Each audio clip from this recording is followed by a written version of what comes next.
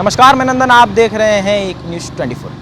BPSC paper leak का मामला इन दिनों इस तरीके से उठकर सामने आ रहा है कि पूरी की पूरी बिहार वासियों की बात ना करके अगर हम ये कहें कि पूरा का पूरा देश बिहार को इस समय हीन दृष्टि से देख रहा है तो गलत नहीं होगी।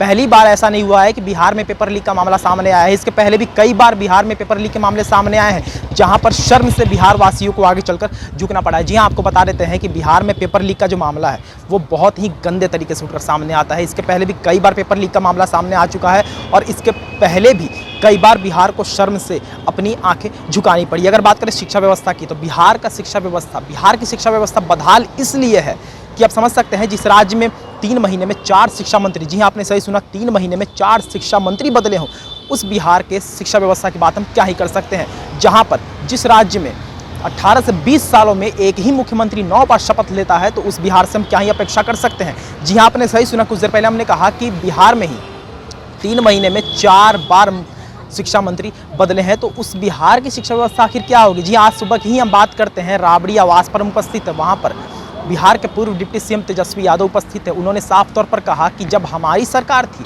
जब 17 महीने हम सत्ते में थे तब तो पेपर लीक नहीं हुआ, और अब जब एनडीए सरकार बिहार चला रही है तभी पेपर लीक का मामला क्यों आता है। जब जब एनडीए सरकार सत्ते में आती है तब तब पेपर लीक होते हैं। बिहार की ही बातें उन्होंने उत्तर प्रदेश की भी व्याख्या की। उन्होंने साफ तौर पर कहा कि हर जगह जहाँ जहाँ एनडीए रहती है वहाँ पर विद्यार्थियों के साथ, अभ्यर्थियों के साथ ऐसा होता ही। अभी की बात करें तो बीपीएससी पेपर लीक का जो मामला है वो ज़ोरों शोरों से अपने सर पे चढ़कर पक्ष दल के कार्यालयों में भी उसकी बात रखी जा रही है। आपको बताते हैं कि जिस तरीके से पेपर लीक का मामला सामने आया है और तेजस्वी यादव ने कहा है कि आप कहते हैं, यानी कि एनडीए सरकार को उन्होंने कहा है कि आप कहते हैं कि हम माफिया हटाएंगे, आप कहते हैं कि हम जंगल राज हटाएंगे, आप कहते हैं कि हम गुंडा राज हटाएंगे, लेकिन रोजगार का क्या, लेकिन पेपर लीक का क्या। जिस तरीके से पेपर लीक हो रहे हैं, एडमिट कार्ड, बहुत ही ज़्यादा शर्मिंदगी की बात है कि एडमिट कार्ड के पीछे उत्तर लिखकर लोग जा रहे हैं, वो भी बीपीएससी जैसे बड़े विभाग की बात अगर उठकर सामने आती है। पहली बार नहीं, इसके पहले भी बिहार में कई बार ऐसा देखा गया है कि पेपर लीक तो होते ही रहते हैं, और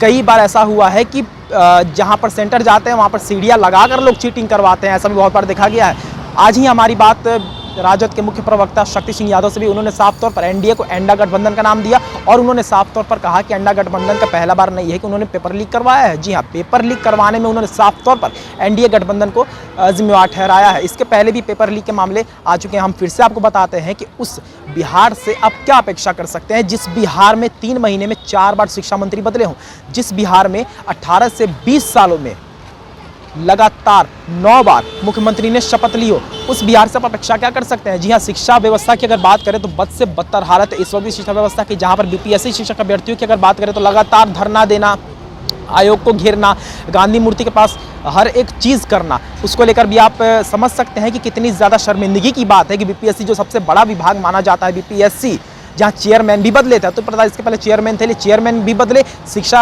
मंत्री भी 3 महीने में 4 बार बदले, और उसके बाद आप समझिए मुख्यमंत्री ने भी शपथ ली, लेकिन फिर भी बीपीएससी का हाल इतना बदतर है कि पेपर लीक इजीली आसानी से हो जाता है। तो आखिर बात क्या है आप साफ तौर पर समझ सकते हैं, और जुड़े रहिए हमारे साथ ऐसे खबरों के लिए, और ऐसे तमाम खबरों के लिए हमारे साथ बने रहिए और देखते रहिए न्यूज़ 24। मैं नंदन अपने सहयोगी पिंटू के साथ, धन्यवाद।